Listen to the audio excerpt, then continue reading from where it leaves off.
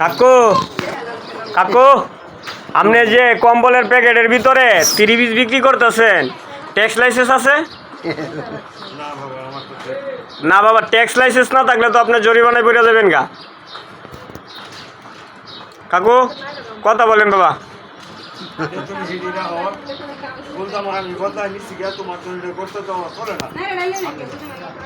Fuel card আছে নাকি?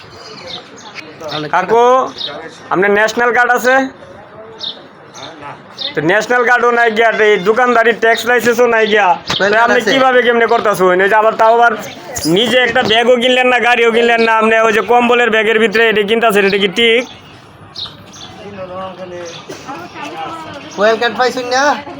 আসলে তো না সরকারে আপনার কোনো গাড়ি দিছে না?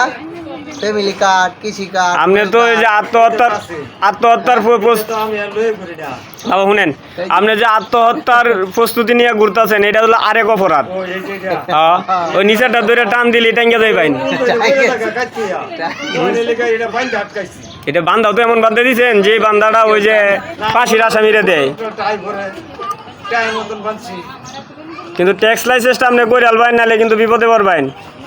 আপনি যেই তো ব্যবসা করতেছেন, আবার কম্বলের প্যাকেটও আপনি মহিলা গরু না বিক্রি করতেছেন।